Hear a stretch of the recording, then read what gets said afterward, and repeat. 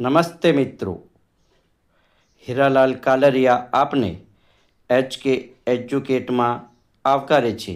મિત્રો, આપણે અહીં અડાલજની વાવ વિશે માહિતી મેળવીશું. ચાલો મિત્રો, અડાલજની વાવ. આ વાવ અમદાવાદ પાસે ગાંધીનગર તાલુકાના અડાલજ ગામે આવેલી છે. રૂડાબાઈની વાવ કે મોટે ભાગે અડાલજની વાવ તરીકે ઓળખાય છે. નિર્માણ સમય ઈસવીસન 1499. નિર્માણ કરતા વાઘેલા વંશના રાજા વીરસિંહના પત્ની રાણી રૂડાબાઈ. સ્થાપત્ય શૈલી હિન્દુ મુસ્લિમ સ્થાપત્ય શૈલી. ચૂનાના પથ્થરથી નિર્મિત આ વાવ હિન્દુ મુસ્લિમ સ્થાપત્ય કળાનો ઉત્કૃષ્ટ નમૂનો છે. આ વાવના સ્થપતિ શ્રીમાળી જ્ઞાતિના ભીમના દીકરા મારણ હતા. 5 માળની બનેલી આ વાવની લંબાઈ 251 ફૂટ છે અને તે ઉત્તર દક્ષિણ દિશામાં બનેલી છે, જ્યારે ઉત્તર દિશામાં આવેલા કૂવાની ઊંડાઈ 50 ફૂટ જેટલી છે.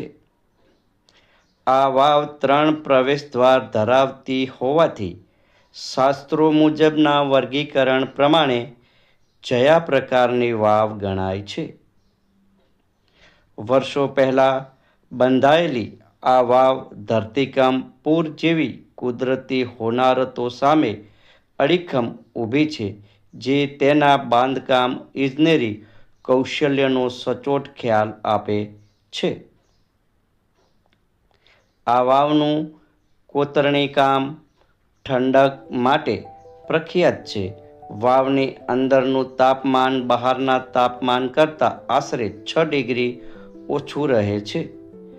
વાવની દિવાલો પર કોતરેલી મૂર્તિઓ, જાળીઓ અને નવગ્રહ દેવતાઓની મૂર્તિઓ તેની વિશેષતા છે.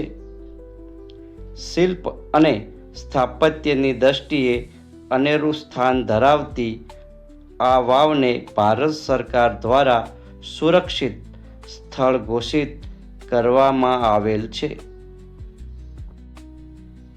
કહેવાય છે કે મહંમદ બેગડાએ રાણી રૂડાબાઈની સુંદરતાથી મોહિત થઈને યુદ્ધ કર્યું, જેમાં રાજા વીરસિંહ વીરગતિ પામ્યા. મહંમદ બેગડાએ લગ્નનો પ્રસ્તાવ મૂક્યો ત્યારે રાણી રૂડાબાઈએ શરત રાખી, જો વાવનું કામ મહંમદ બેગડા દ્વારા પૂર્ણ કરાવવામાં આવશે તો તેની સાથે લગ્ન કરશે.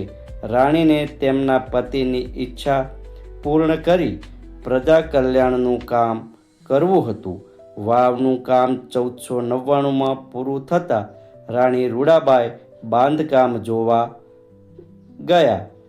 તેમનો ઉદ્દેશ્ય પૂર્ણ થઈ ગયેલ લાગતા રૂડાબાઈએ વાવમાં ઝંપલાવીને આત્મહત્યા કરી હતી. આથી આ વાવને રૂડાબાઈની વાવ પણ કહેવામાં આવે છે. વિડીયોને લાઈક, શેર, સબસ્ક્રાઈબ કરવાનું ભૂલશો નહીં. આભાર.